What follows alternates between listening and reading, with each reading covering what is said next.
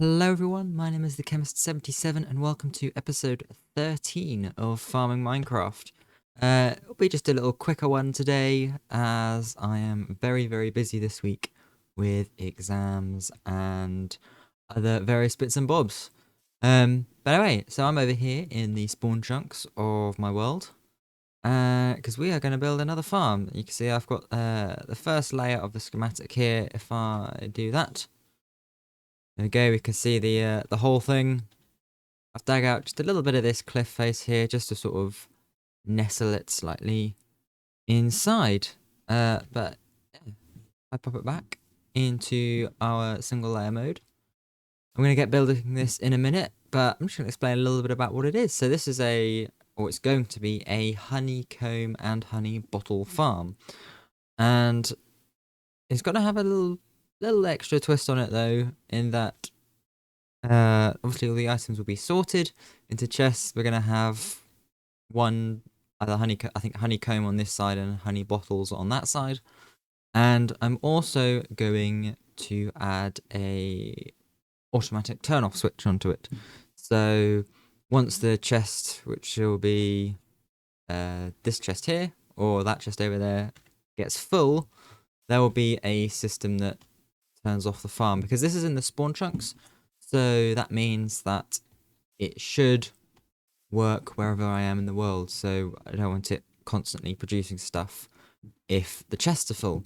But I'll explain a bit more about how the system works, and I'll show you the redstone once I've actually built the farm. So yeah, without further ado, we're going to get straight into a time lapse here, and I will catch you all at the end of it.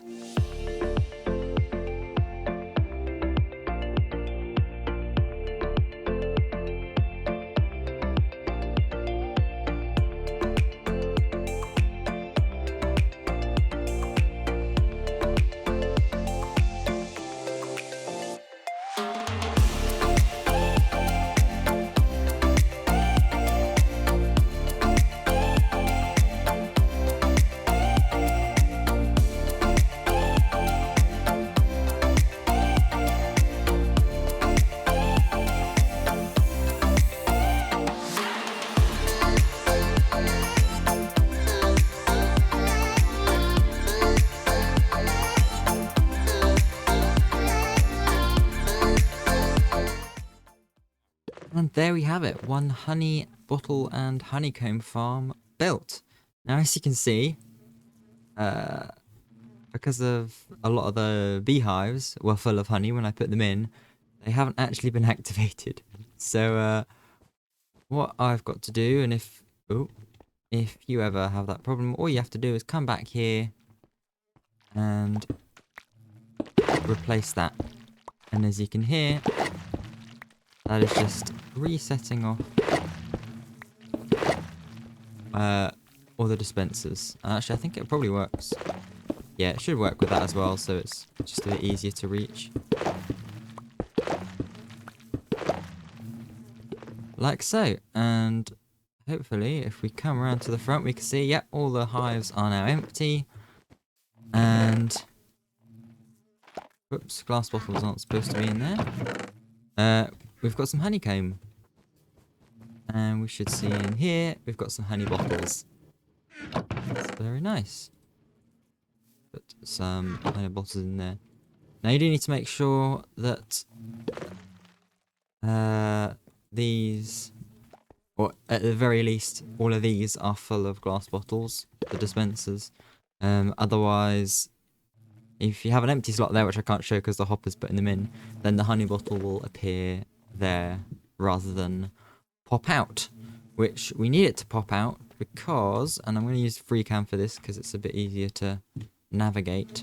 What we have is we need them to pop out the dispenser, because then they end up essentially inside the beehive block, where they then get picked up by this hopper line, and this hopper line then transports them to this little dropper here, which I've just got hooked up to a comparator system, which drops them into this chest here.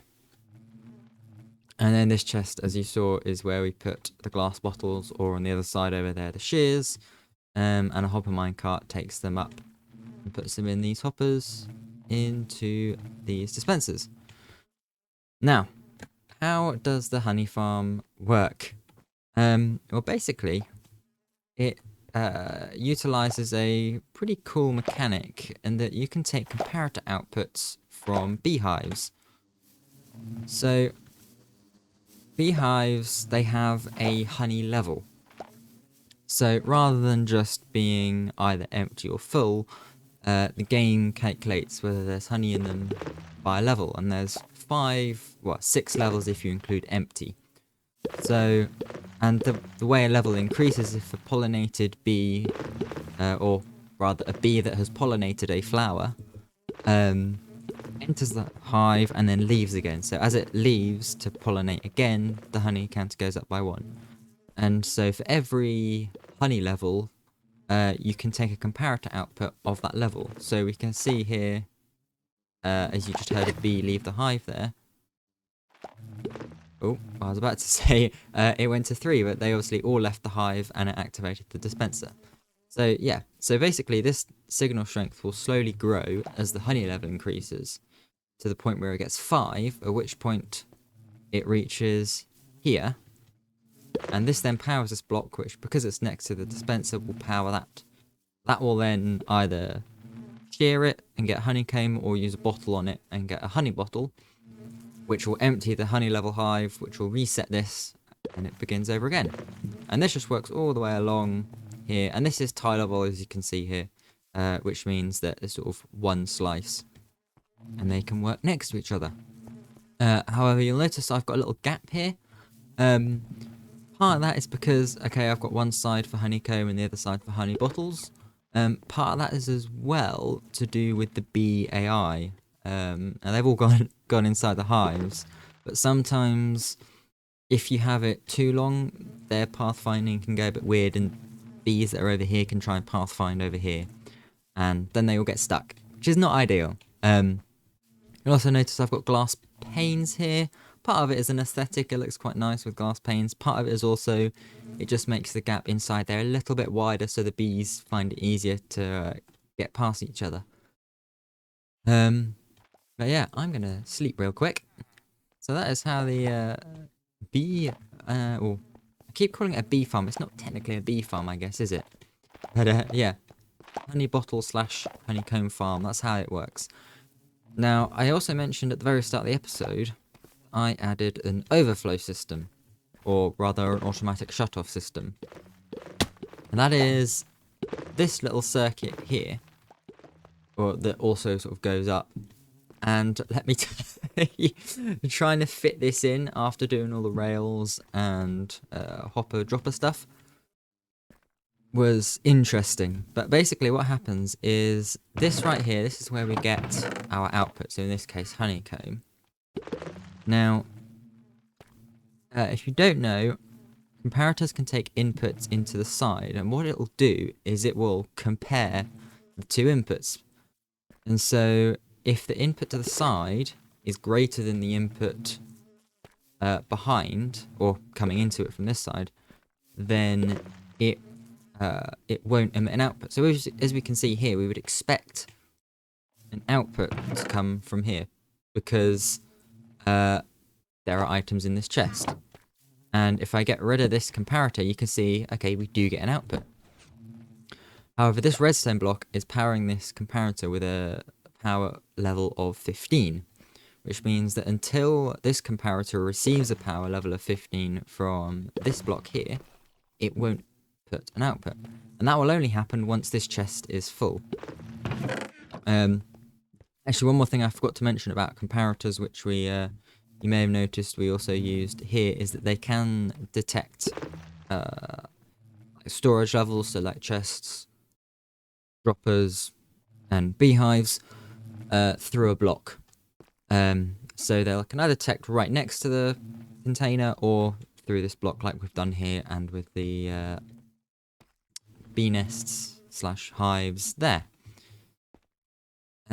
So yeah, so once the chest there is full, this will then output a signal which goes into this target block.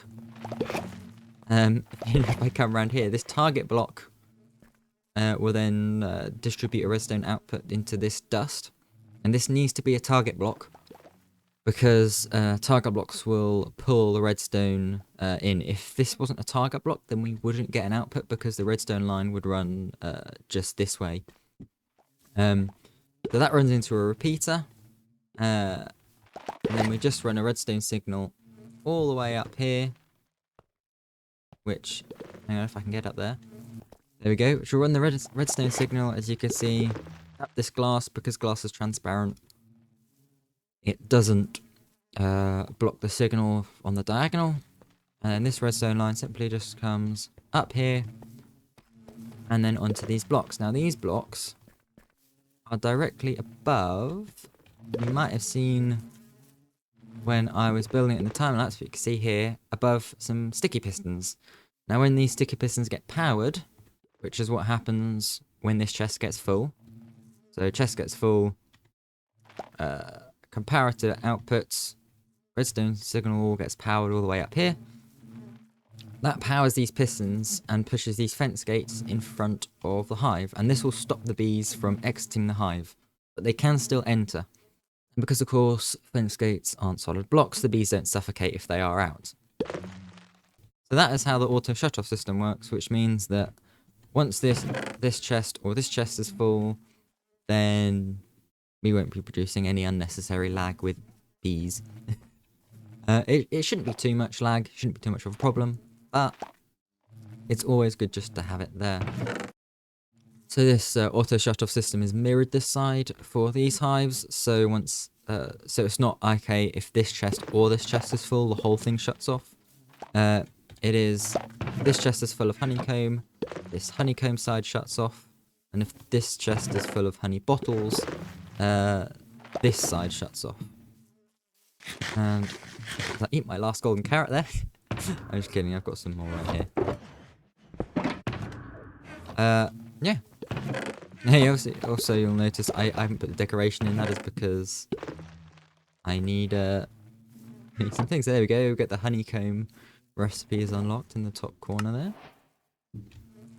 Very good, so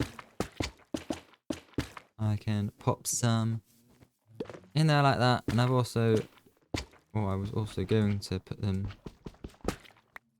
just behind here so I can do honey. Now, great thing is once we've crafted the honey, we can put the glass bottles straight back in there. And so then we'll have it like that. But yeah, so before I can fill this in, I need a bit more honeycomb and a few more honey bottles to come through. But whilst I wait for that, I'm going to tidy up the terrain around here, because this is a bit ugly. It's not the prettiest looking farm at the minute. And so then we should be able to just close it off here like this. I've got some torches just around and about down the back here so we don't get hostile mobs spawning. And yeah, so I'm going to do that, and I'll catch you back once we've got the decoration all finished. And there we go. As you can see, I've done a little bit of terraforming. It's a bit obvious at the minute because I ran out of grass and had to use a bunch of dirt. So it's quite obviously where I've placed the dirt so far. But hopefully once it all grass is over, then it should look a bit more natural. And I've checked through in our chest. We've got quite a bit of honeycomb coming through, which is always good to see. If you don't know, you get 3 honeycomb per harvest, which is pretty good.